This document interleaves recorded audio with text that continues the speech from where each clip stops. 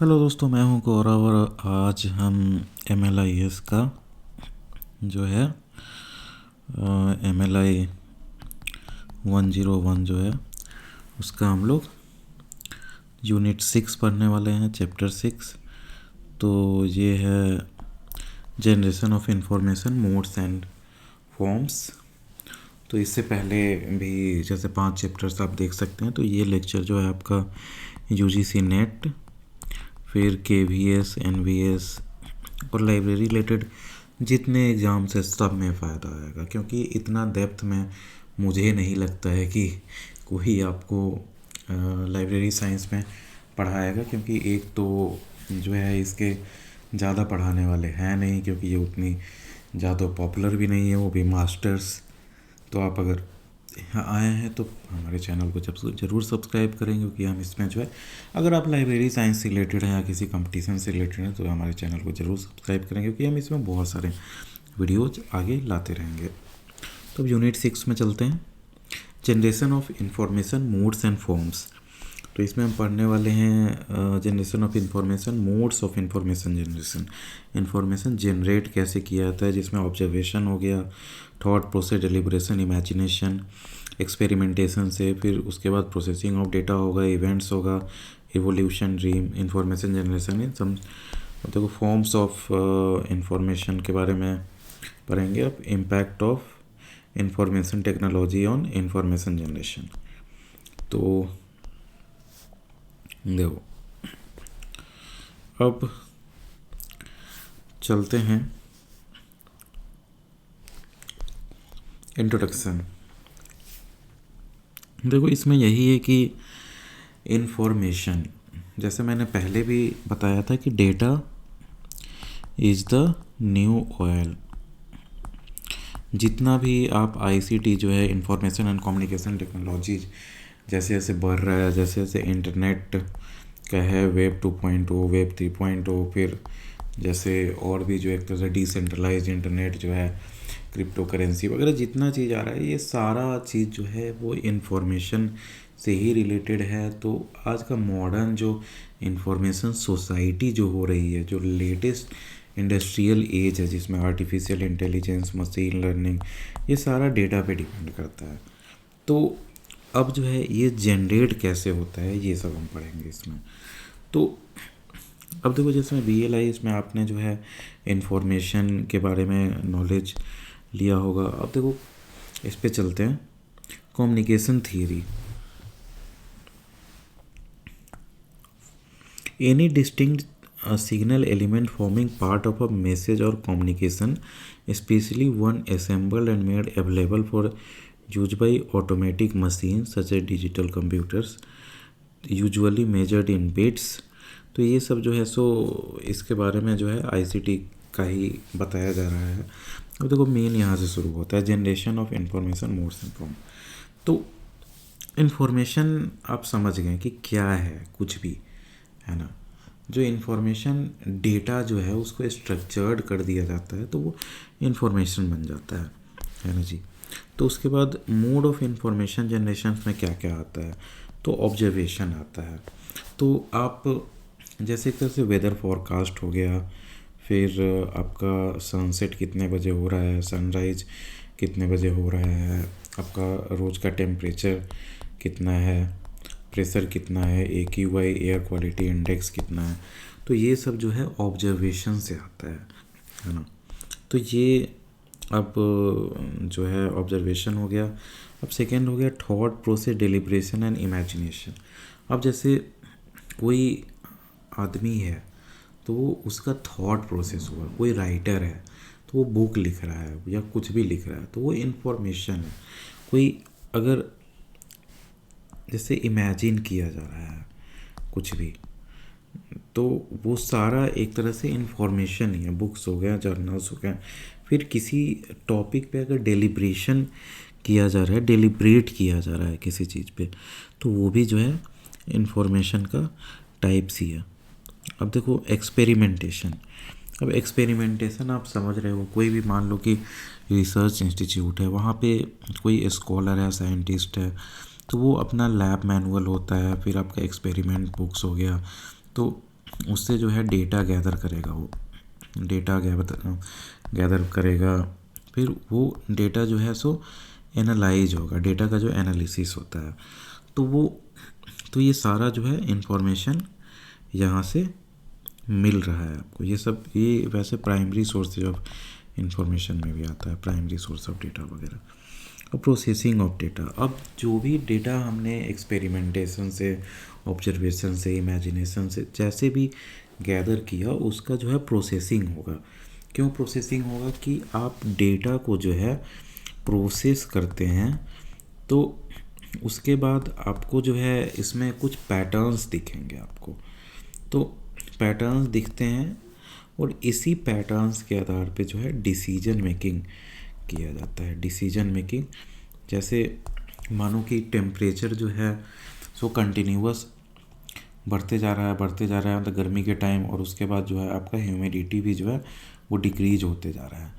तो आपको एक ये डेटा मिल रहा है कि ये जैसे पैटर्न दिख रहा है, और उसके बाद आपको पता चल रहा है कि ये टाइम के बाद जो है सो आदमी का बाहर जो है दिन में निकलना जो है हेल्थ के लिए ख़राब हो सकता है। तो हो सकता है स्कूल्स को, कॉलेजेस को वगैरह को बंद कर दिया जाए, या फिर AQI जैसे दिल्ली में आप देखते होंगे हर साल का पॉल्यूशन डेटा आपका आता है कि जो AQI जो है जो मतलब ग्रीन में, रेड में, हैजार्डस, क्रिटिकल ऐसे लिख के आता है ना कि एयर क्वालिटी कैसा है। तो एक टाइम बाद देखोगे कि उसी के आधार पे प्राइमरी स्कूल्स बंद किए जाने लगते हैं, लोगों को बोला जाने लगता है कि घर से कम निकलें, मतलब ऑड इवन स्कीम वगैरह आ जाता है। तो ये सब क्यों हो रहा है? तो ये सब डेटा को जो है प्रोसेस किया जा रहा है, उसके आधार पे जो है आप डिसीजन ले रहे हैं। तो वही है, जैसे ये सब है particulars of a student of A BLIS class. BLIS bachelors in library and information science, वैसे जिन्हें नहीं पता हो। तो अब जो है तो यही है, ये सब डेटा दिया हुआ है, तो उसके अनुसार जो है प्रोसेसिंग किया गया कि जो है कितने कौन है, अलग अलग जैसा क्वेश्चन पूछा जाए ये आप सबको पता है, मुझे पता है। इंफॉर्मेशन रिलेटिंग टू सेक्स के अनुसार, information relating to highest qualification, ये सब समझ ही गए हो गए। Information relating to class in highest qualification, nationality, ये सब इस हिसाब से। अब देखो इवेंट्स, अब डेटा जो है सो जनरेट जो इन्फॉर्मेशन है आपका इवेंट के थ्रू भी जनरेट हो सकता है। कि मानो कि कोई आपका मीटिंग है, या फिर कहीं जैसे प्रेसिडेंट दूसरे प्रेसिडेंट या प्राइम मिनिस्टर दूसरे देश में जा रहे हैं, तो ये सब के इवेंट के थ्रू भी जनरेट होता है। मतलब इवेंट कुछ भी हो सकता है, इट्स नॉट लाइक कि मीटिंग ही हुआ, कोई जैसे सिंगर आया, कोई भी जैसे सेलिब्रिटी कहीं किसी चीज़ के जो है मतलब एंडोर्समेंट में गया, तो ये सब हो गया। तो ये सब जैसे टाइम्स ऑफ इंडिया का, सॉरी हिंदुस्तान टाइम्स का, ये सब हेडलाइंस दिया हुआ है। तो ये सारा जो है इंफॉर्मेशन गैदर हुआ, जनरेट हुआ। और जैसे इवोल्यूशन हो गया, तो इवोल्यूशन से कैसे इंफॉर्मेशन जनरेट होता है। तो अब इवोल्यूशन से देखो तो जैसे पहले आप अगर लैंग्वेज का ही केस देख लो, तो लैंग्वेज देखते होगे तो पहले जितने हमारे वर्ड्स रहे होंगे वो दिन ब दिन इंक्रीज होते जा रहा है ना। जैसे जैसे हमारा सोसाइटी बढ़ रहा है, लोग मिक्स हो रहे हैं, लैंग्वेजेस मिक्स हो रहे हैं, फिर जैसे बहुत लैंग्वेज में जो है कुछ सेंटिमेंट्स के लिए अलग से वर्ड नहीं है, तो उसके लिए अलग अलग वर्ड्स भी नए नए बनाए जाते हैं। तो वही इवोल्यूशन के अनुसार जो है सो आपका इन्फॉर्मेशन जनरेट होते होते होते होते सोसाइटी जैसे जैसे इवोल्व होते गई, वैसे और ज़्यादा प्रोसेसिंग होता गया, चैलेंजेस बढ़ते गए। मतलब उतने ही ज़्यादा, जैसे मान लो कि जो है तो स्टार्टिंग में वीट का ही कल्टीवेशन होता था, तो उसके लिए हिंदी में जैसे गेहूँ कहते हैं। तो अब जैसे वीट हुआ तो इसका गेहूँ हो गया, तो इसको पीसोगे अगर, तो फिर जैसे इसे भी तो कुछ नाम देना पड़ेगा, जैसे आटा दे दिए, सूजी दे दिए, मैदा दे दिए, है ना। अब उससे कुछ बनेगा कोई पकवान, तो उसका भी नाम मतलब ऑब्वियसली देना पड़ेगा, है ना। जैसे रोटी हो गया, है ना। तो ये मैं इसलिए बता रहा हूँ कि जैसे जैसे इवोल्यूशन हुआ तो वैसे वैसे सोचो, ये कि जो है केवल वीट का मैंने एग्जांपल दिया, और इसी के जैसे कितने नए नए चीज़ आए होंगे सोसाइटी में जिसके अलग अलग नाम दिए गए, अलग अलग क्या जैसे कंसेप्ट हुआ। तो ये सब क्या हुआ, इवोल्यूशन के अनुसार जो है आपका मतलब जनरेट होते गया, है ना। जैसे ये देखो डच में, जैसे इंग्लिश में 9 को डच में न्यूजन कहेंगे, फ्रेंच में न्यूफ, न्यून, नोव। तो यही सब है, लैंग्वेज भी बढ़ते चले गए हैं और एक दूसरे से मिक्सिंग होके, समझ रहे हो कि कभी कभी रूट वर्ड जैसे हो गया जियोमिति जैसे था, वही मतलब इंडिया का संस्कृत का वो जो है आगे चल के जियोमेट्री हो गया, त्रिकोणमिति आगे चल के ट्रिगोनोमेट्री। तो ये सब एक तरह से बेस कह सकते हो इवोल्यूशन का। अब ड्रीम में क्या समझ रहे हो आप? It is concept with every human beings to dream. Some of the dreams have remember, others we cannot. The dreams that we can remember and convey about the same to others or record it in our diary, information is generated. समझ रहे हो? जैसे dreams में भी, अब dream क्यों होता है, क्या होता है, ये किसी को नहीं पता। बस ब्रेन स्लीप करता है तो काम करते रहता है बैकग्राउंड में, बंद जिस दिन हो जाए हुआ यू विल बी डेड। तो वही है कि आपने अगर जो ड्रीम देखा तो वो भी तो एक तरह से इंफॉर्मेशन जनरेट ही हो रहा है वहाँ से भी। आप अगर उसको लिखते हो, किसी को सुनाते हो, इंटरनेट पे डाल दो, सब जनरेट ही हो रहा है। अब information generation in sum selected subjects, तो following different modes information is generated in various subject. Taking a few selected subject we shall see how information is generated. तो क्लासिफिकेशन पता है ना, जैसे DDC था, David decimal classification, CC colon classification, तो ऐसे है। तो इसी का देखते हैं। तो going through any classification scheme like David decimal classification और colon classification deeply, we can easily realize the tremendous amount of mental exercise that has undergone for building up the scheme। समझ रहे हो ना कि हर एक चीज़ को कैसे जैसे क्लासीफाई करना है, इसके लिए आपने देखा होगा कि कितने ज़्यादा बुक्स हैं उसके अनुसार जो है सबको अलग अलग क्लासीफाई करने में, जैसे लैंग्वेज का है, किस देश का है, ऐसे ऐसे ही आपने पढ़ा होगा कैटलॉगिंग एंड क्लासिफिकेशन, उसमें आप समझ सकते हैं कि कितना ट्रेमेंडस काम है। Sometimes the mental exercise is preceded by observation of an event. For example, Ranganathan Chan's encounter with a mechano set sparked in his mind the idea of a faceted scheme of classification. Moreover, every designer of a scheme of classification had to think of sound canons, principles, devices and so on to maintain consistency. तो वही है। फिर जैसे philosophy हो गया, तो इसके कारण जो आदमी सोच रहा है वहाँ से इंफॉर्मेशन गैदर हो रहा है। तो वही बता रहा है, जैसे क्लासिफिकेशन के लिए इंफॉर्मेशन जनरेट हो गया।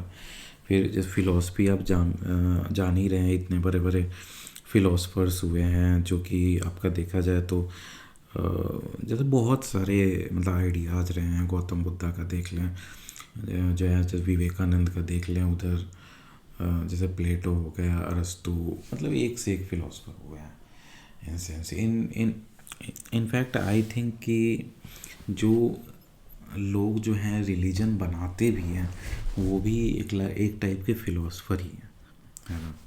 तो वही देखा जाए तो उनके बहुत सारे आइडियाज़ है, जैसे आपका स्पेस हो गया, रीबर्थ हो गया, मतलब आप आफ्टर बर्थ का जो कोई, जिस समय आप केवल सोच के बता सकते हैं, थ्योरेट कर सकते हैं किसी चीज़ को।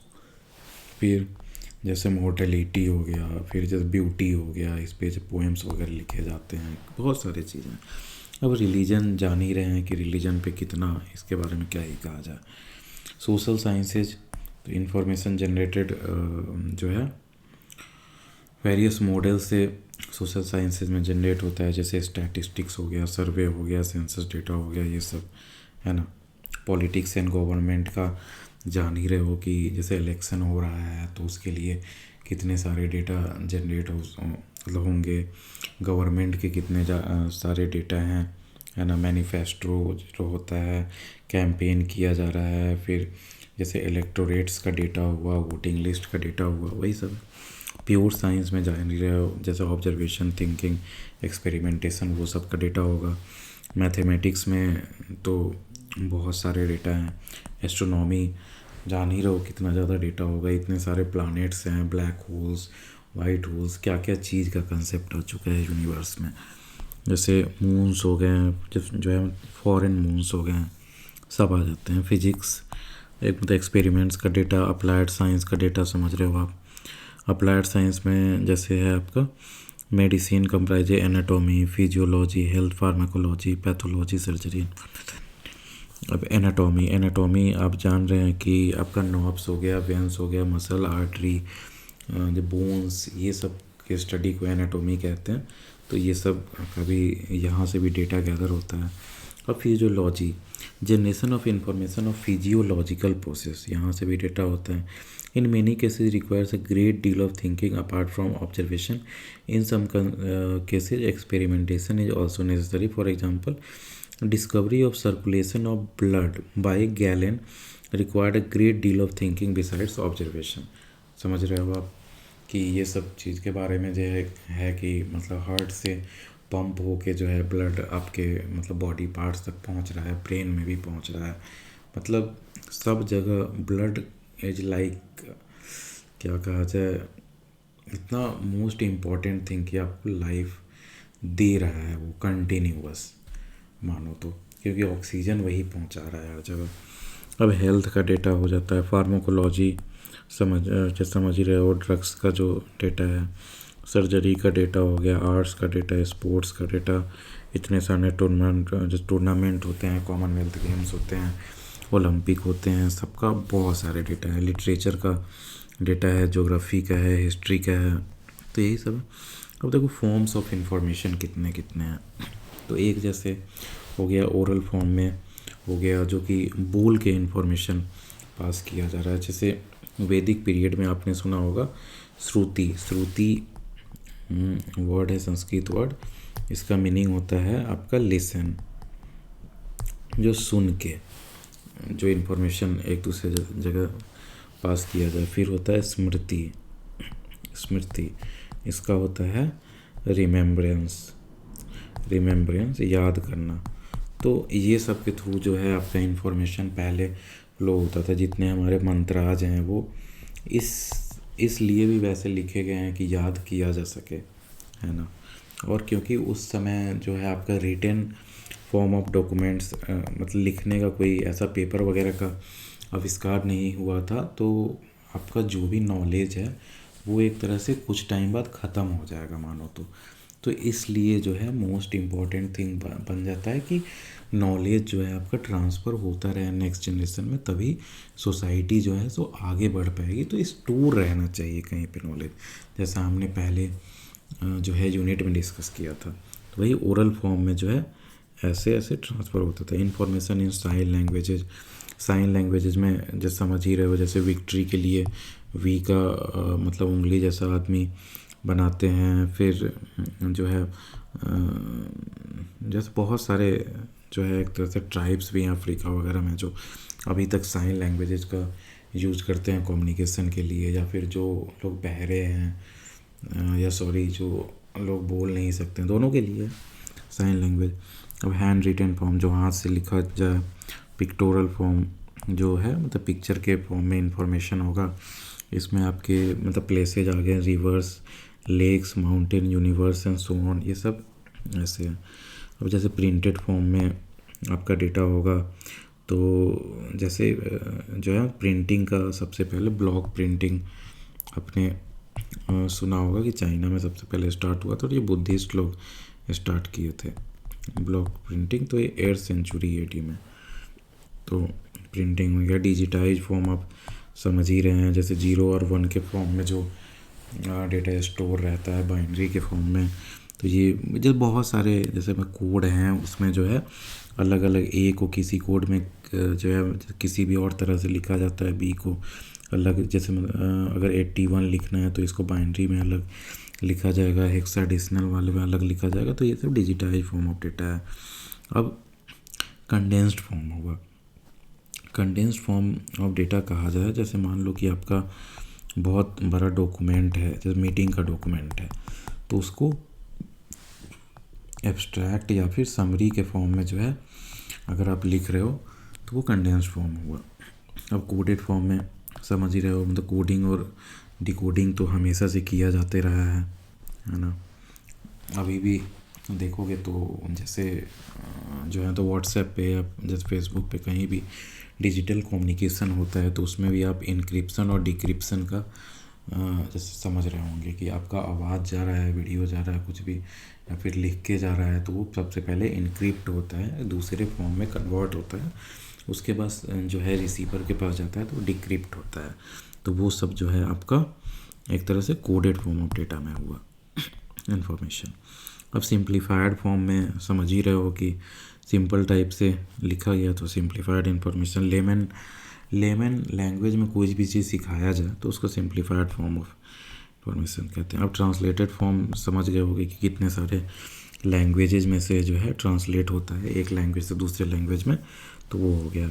अब ओरल टू ओरल जो फॉर्म में है, जैसे इंटरप्रेटर्स होते हैं, जैसे आप हमारे पीएम जो हैं प्यारे मोदी जी अगर जाते हैं मान लो कि जर्मनी के, और जर्मनी के चांसलर को जो है हिंदी या इंग्लिश दोनों अगर नहीं आता है, हाइपोथेटिकली मान लो, तो वो जर्मन में बोलेगा तो एक बीच में जो है ट्रांसलेटर होता है जो एक दूसरे का ट्रांसलेट करके बताता रहता है, तो वो ओरल टू ओरल फॉर्म होगा।